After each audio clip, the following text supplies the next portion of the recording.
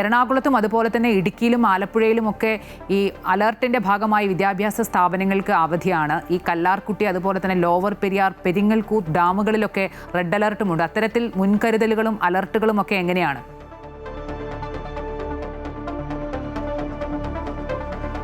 ഈ എറണാകുളം ജില്ലയെ സംബന്ധിച്ച് ഇന്നലെ രാത്രി മുതൽ ആരംഭിച്ച മഴ യാതൊരു ശമനവുമില്ലാതെ ഇപ്പോഴും തുടരുന്ന ഒരു സാഹചര്യം തന്നെയാണ് ഉള്ളത്.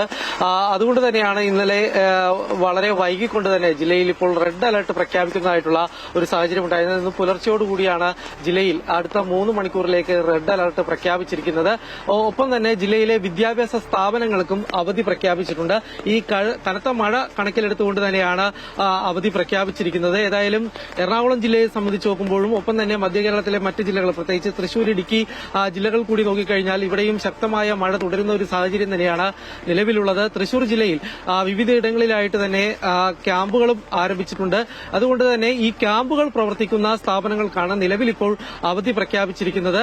ഈ മഴ തുടരുന്ന ഒരു സാഹചര്യത്തിൽ ഈ ജില്ലകളിലെ ഡാമുകളെ സംബന്ധിച്ചും വലിയ രീതിയിലുള്ള ഒരു മുന്നറിയിപ്പ് വരുന്ന ഒരു സാഹചര്യം തന്നെയാണുള്ളത്. കല്ലാർകുട്ടി ഒപ്പം തന്നെ പെരിങ്ങൽകുത്ത് ഡാമുകളിൽ നിലവിലിപ്പോൾ റെഡ് അലർട്ടാണ് പ്രഖ്യാപിച്ചിരിക്കുന്നത്.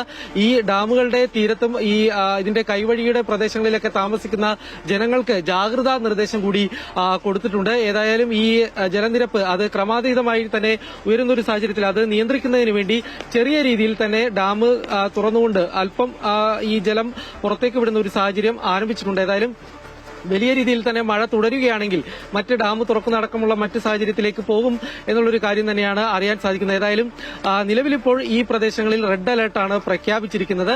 കൂടാതെ തന്നെ ഈ ജില്ലകളിലെ വിദ്യാഭ്യാസ സ്ഥാപനങ്ങൾ കൂടി ഏതായാലും അവധി പ്രഖ്യാപിച്ചിട്ടുണ്ട്. എറണാകുളം ജില്ലയിൽ മഴ തുടരുന്നുണ്ടെങ്കിൽ പോലും വലിയ രീതിയിലുള്ള നാശനഷ്ടങ്ങളോ അല്ലെങ്കിൽ മറ്റ് അനിഷ്ട സംഭവങ്ങളോ ഒന്നും തന്നെ നിലവിലിപ്പോൾ റിപ്പോർട്ട് ചെയ്യപ്പെട്ടിട്ടില്ല. കളമശ്ശേരിയിൽ കഴിഞ്ഞ ദിവസം പെരിയാറിൽ ജലനിരപ്പ് ഉയർന്നതിനെ തുടർന്ന് ചില ക്യാമ്പുകളൊക്കെ ആരംഭിച്ചെങ്കിലും പിന്നീട് ജലനിരപ്പ് താഴ്ന്നതോടുകൂടി തന്നെ വീടുകളിലേക്ക് ഇവർ മടങ്ങിയിട്ടുണ്ട്.